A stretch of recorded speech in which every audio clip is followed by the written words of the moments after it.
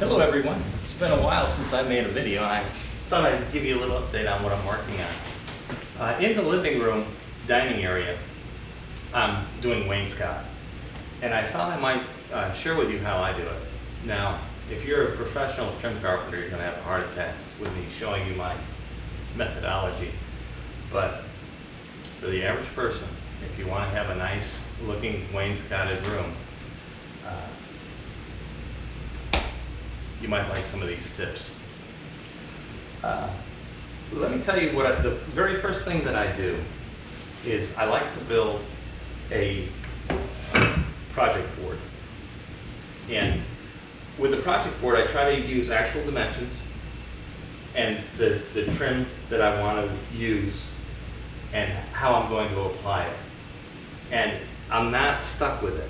It's just to get me rolling in the direction that I want to go. And like I said before, a trim carpenter would have a heart attack at what I'm doing here, but I'm going to be painting this, and so I have some liberties that I can take advantage of. I'm trying to do this inexpensively, so I'm going to show you some of my tricks on making wainscot very, very affordable. First off, this is door casing, door or window casing, and it was on sale. And this is usually pretty expensive. And what I wanted to do was get my linear foot of trim, because trim is so expensive, affordable. So let me show you what I did here.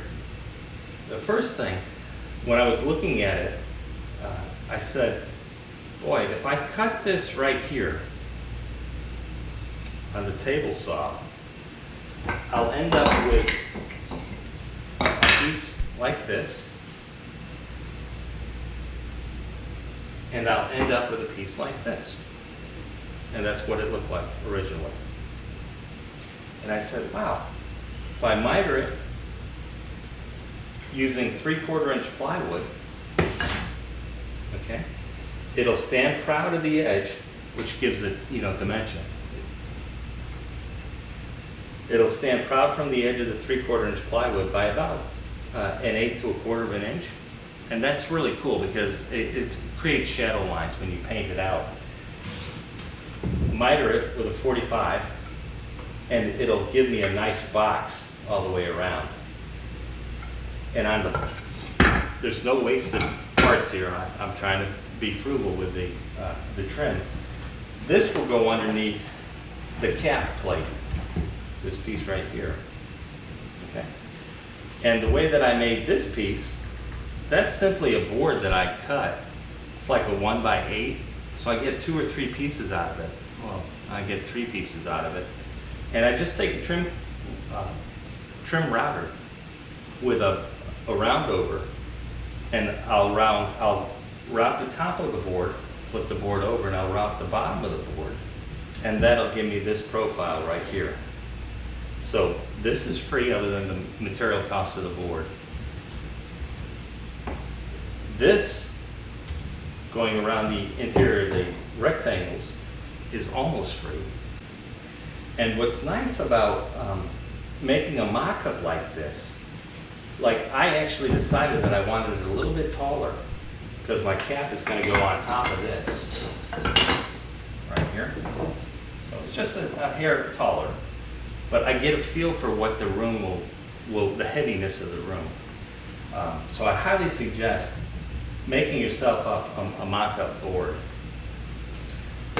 And then what's cool about it is, then you have a cheat sheet, if you will. You know that your top rail, in this case, is going to be 4 inches. And that allowed me to have this profile have a good depth right here. Okay. These styles, I decided to go with 3 inches. Okay. And my base is 6.5 inches of plywood. Okay. And then, if you notice what I did on the very bottom, see what I've done? I'm building a depth to my moldings. I don't want just a flat wall. I want to have it come in, I want to have it go out, I want to have it come in, come up. And it gives it character. It gives it an interesting feel when it all comes together. And then I'm just going to, of course, caulk it in and paint it.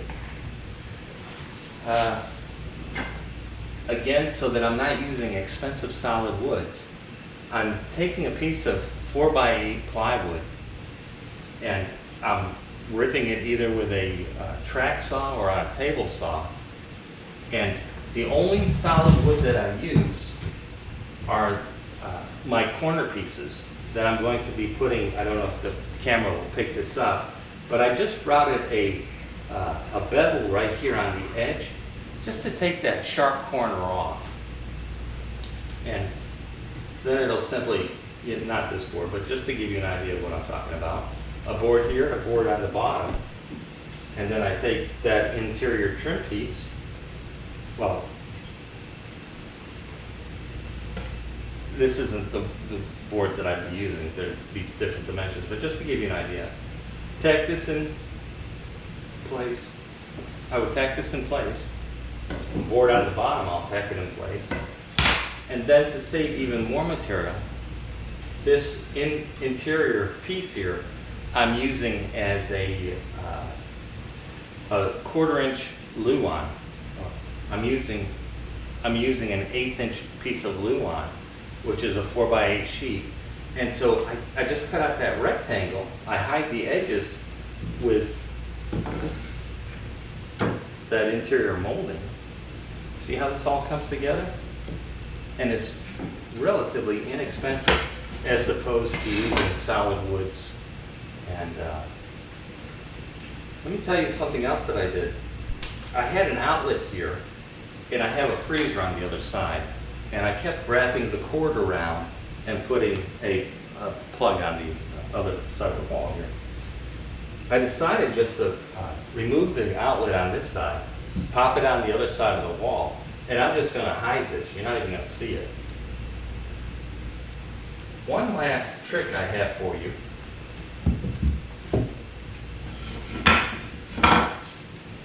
is, say this is 3 inches, this rail here. Well, this board, you want to be this thickness, 3/4, minus the 3 inches. So this entire look here, from here to here, will be the same width as over here. So it's a balance. Well, that's what I'm working on right now. And if you're going to be wainscoting your house, good luck. It really comes out nice. One other tip that I have for you is, before you even start wainscoting, go ahead and either trim out your windows or your doors, or build them out however you might have to, so that, pretend this was a window and this is your window casing. You could do it like that, so that you know how your wainscot's going to end into your door and window trim. Well, good luck with your project, and I'll show you some of the pictures that I'm doing over here.